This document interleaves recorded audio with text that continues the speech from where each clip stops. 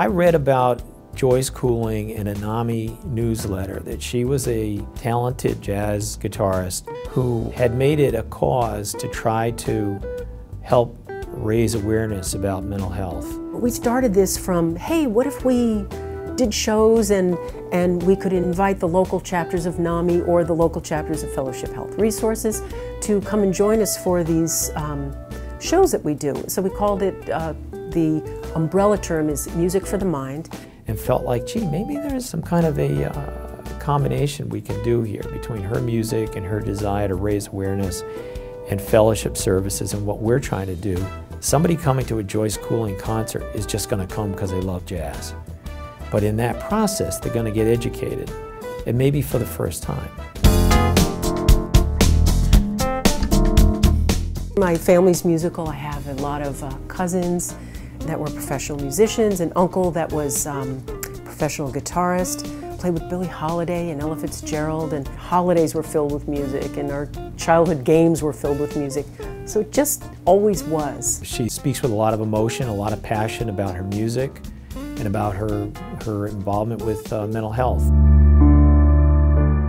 I grew up with a brother who has schizophrenia. He struggled with severe heroin addiction and was incarcerated.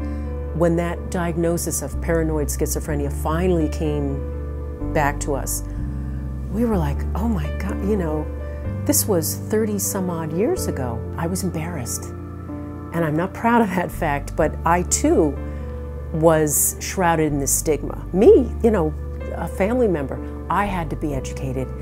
And I'm saying this so that other people or other family members can understand that it can sometimes be a natural reaction. Finally, someone whispered, not shouted or even spoke, hey, there's this place called NAMI, National Alliance on Mental Illness, that deals with families struggling with mental illness. Now, I mean, my God, I'm so proud of him. He's my hero. He's like the bravest person I know.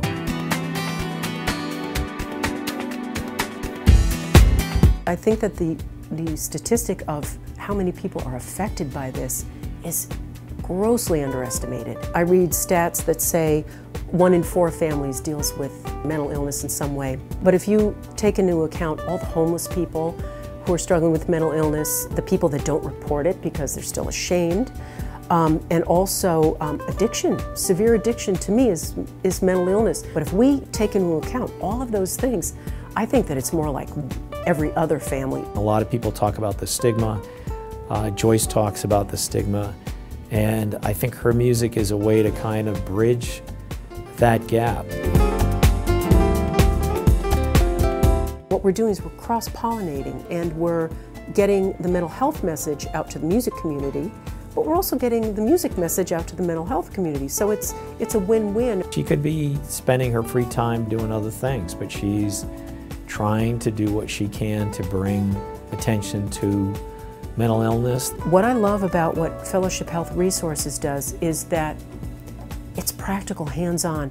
We can help you with work, we can help you find a place to live. All these hands-on tools to help people struggling with mental illness get back in. I feel extremely excited.